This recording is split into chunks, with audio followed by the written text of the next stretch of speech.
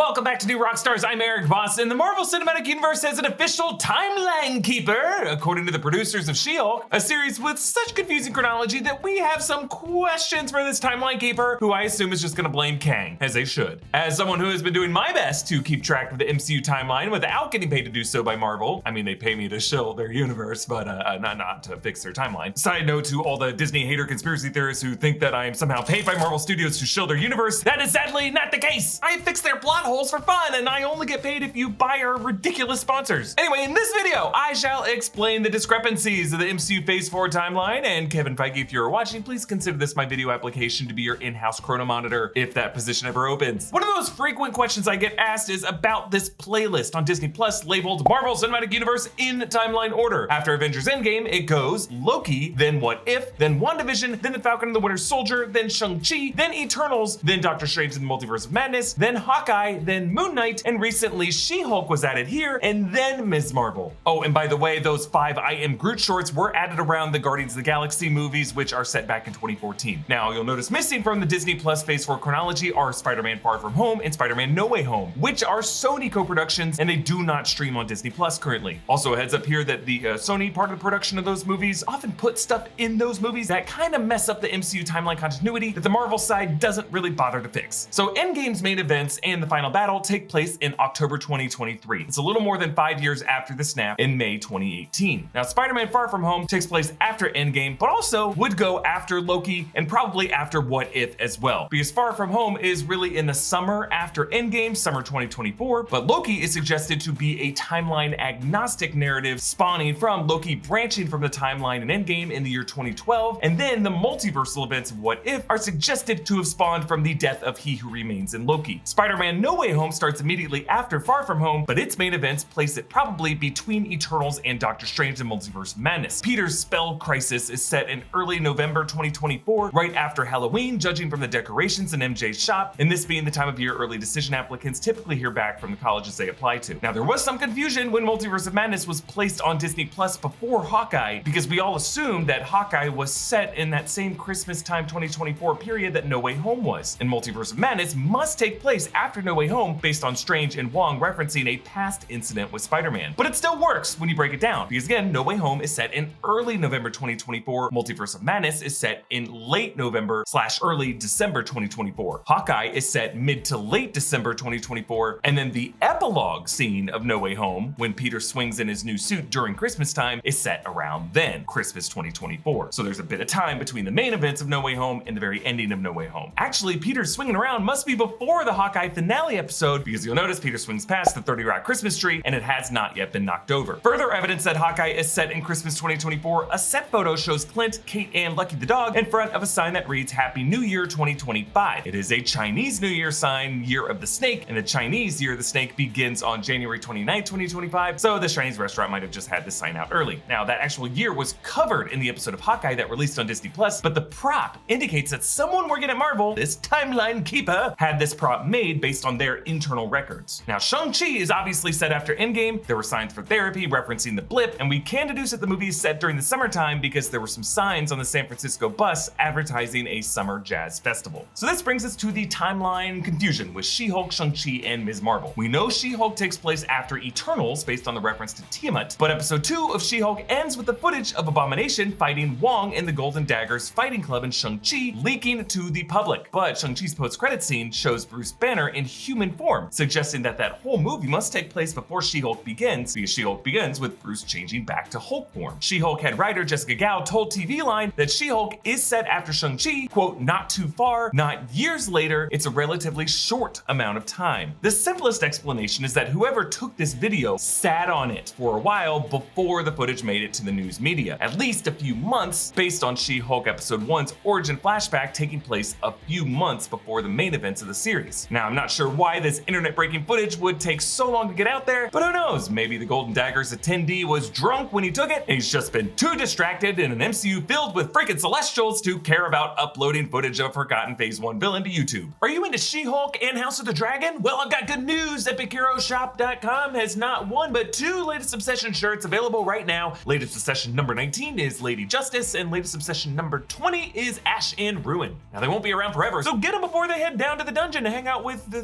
theatrical release of Batgirl. And if those teas aren't enough to wet your Targaryen whistle, Epic Hero Shop's Fire and Blood collection will fit the bill. They've got the Rogue Prince for the days that you're keyed up, Realms Delight for the days you just want to snuggle up with the dragon, and Kingmaker for the days you just gotta wear a shirt with a bunch of dragons on it. EpicHeroShop.com is the place to get the most up-to-date nerd merch. Remember in the first episode of She-Hulk when we found out that Cap they dropped this shirt immediately. Finally, a way to celebrate the long-awaited tapping of America's ass. Picking up a piece of Epic Hero Shop is the best way to support the channel, and it's so crazy cool and amazing for us to see you guys repping our merch. We truly appreciate the support, and it actually makes us feel like rock stars when we see one of our shirts out in the wild, so thank you. And be sure to tag at Epic Hero Shop and use hashtag RealEpicHero to get featured on their page. They geek out just as much as we do. But this connection with Shang-Chi is why I believe She-Hulk was positioned to take place earlier than we expected, before Ms. Marvel, because they could not wait too long for that Abomination footage to stay buried. We actually learned that Abomination's return in She-Hulk was the only reason he was added as a cameo to Shang-Chi. So Ms. Marvel takes place either during or sometime after spring 2025. How do we know that? Ms. Marvel episode 6 included an A sanitation grade sign in the food truck dated March 14th, 2025. And later in that episode, in the high school gymnasium, past volleyball team championship banners included one for 2024, meaning it would have been for the previous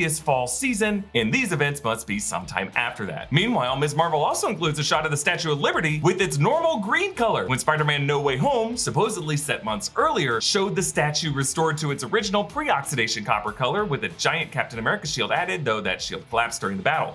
Maybe the statue rapidly re-oxidized in the intervening months?